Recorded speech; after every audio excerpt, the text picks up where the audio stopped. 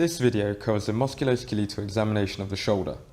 It will revise basic shoulder anatomy and demonstrate a systematic examination, including special tests for selected pathologies.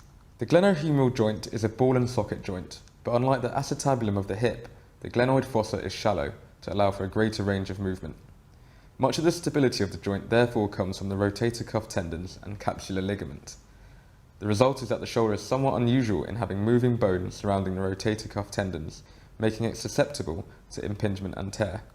As with any examination, wash your hands, introduce yourself, gain consent from the patient, and ask about pain. For examination of the shoulder, ideally the patient should be exposed to the waist. Systematic examination of the shoulder follows the basic orthopedic format of look, feel, move, and special tests. On inspection, look at both shoulders and check for any asymmetry.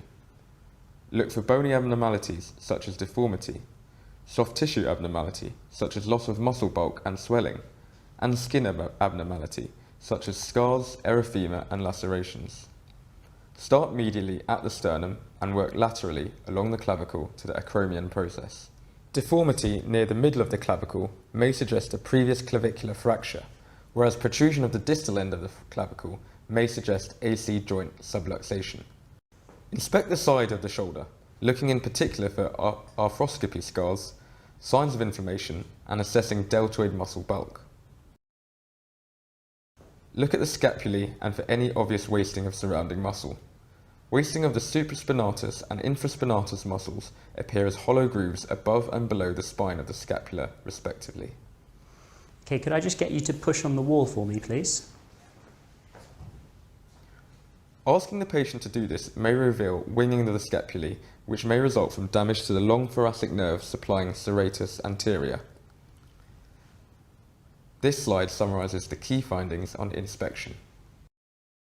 On palpation, feel for deformity, tenderness, temperature, and swelling. Start at the sternoclavicular joint, moving along the clavicle to the acromioclavicular joint. Feel for the coracoid process. Around the acromion process, and then move along the spine of the scapula.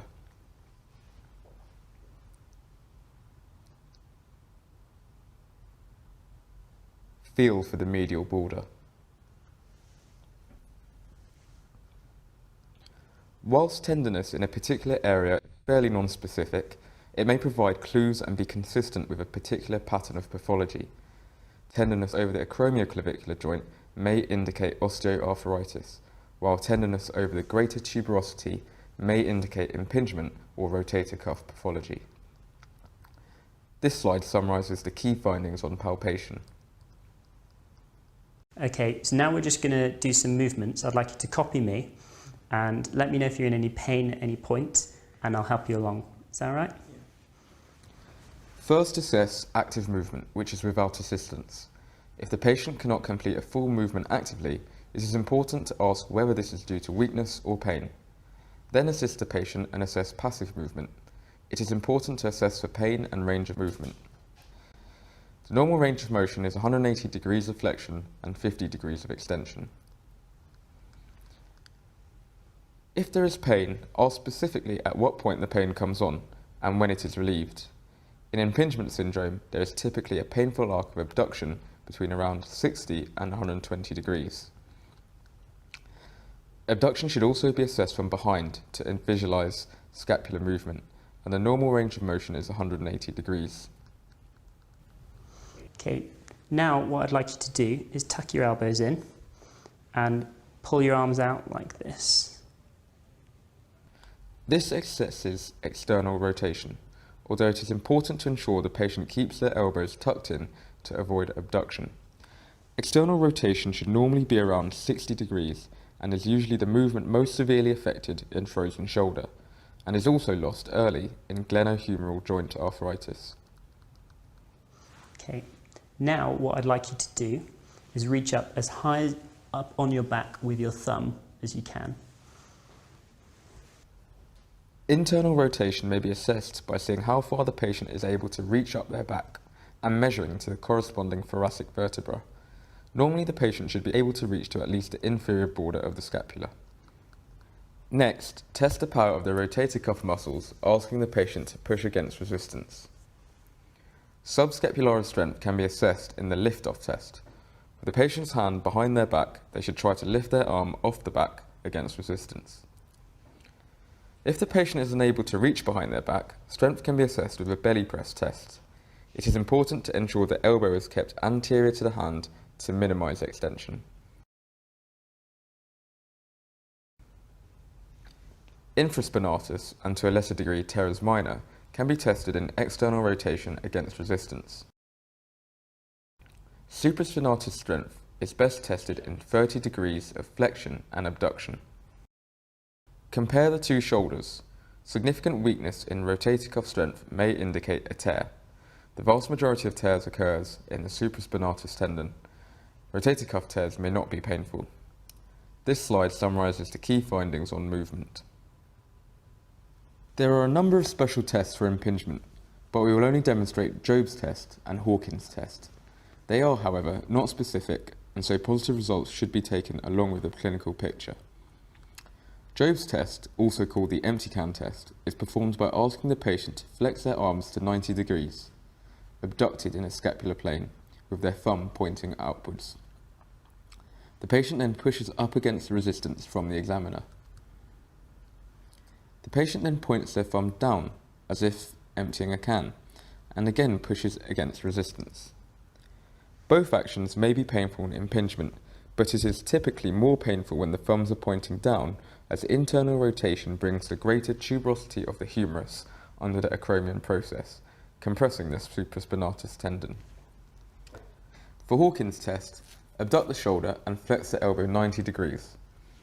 Passively rotate the patient's arm downwards and repeat while adducting the humerus. Again, internal, i.e. downward rotation of the shoulder, exacerbates impingement pain.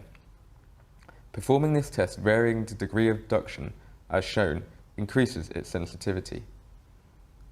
The cross-arm test, also known as the scarf test, is performed by flexing the elbow to 90 degrees and forcibly adducting it across the chest. A positive test is pain specifically over the acromioclavicular joint and may be indicative of osteoarthritis. If the history suggests instability, additional tests may be performed. An anterior and posterior jaw test is performed with the patient seated by stabilising the shoulder girdle with one hand and gripping the proximal humerus with the other, and applying anterior and posterior traction force to the humerus to assess the laxity of movements. As always, compare with the other side. The sulcus test may demonstrate inferior instability of the glenohumeral joint and is performed by applying a downward traction force to the epicondyles of the humerus. In a positive test, a sulcus will be visible under the acromion process. Finally, an apprehension test may be performed with the patient either upright or supine. Okay, what I'm going to do now is I'm just going to move your arm back. Let me know if it's painful or if it feels like it's about to pop out, and I'll stop.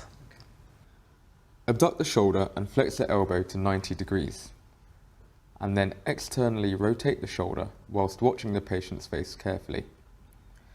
A positive sign is a look of apprehension on the patient's face as the shoulder feels close to dislocation.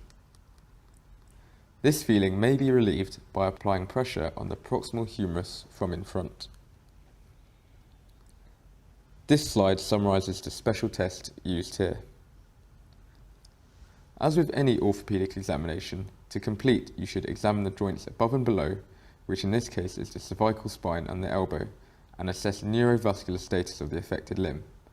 Thank the patient and consider ordering appropriate imaging. In summary, examination of the shoulder is best done using the look, feel and move approach, with special tests for suspected pathologies such as impingement syndrome and rotator cuff tears.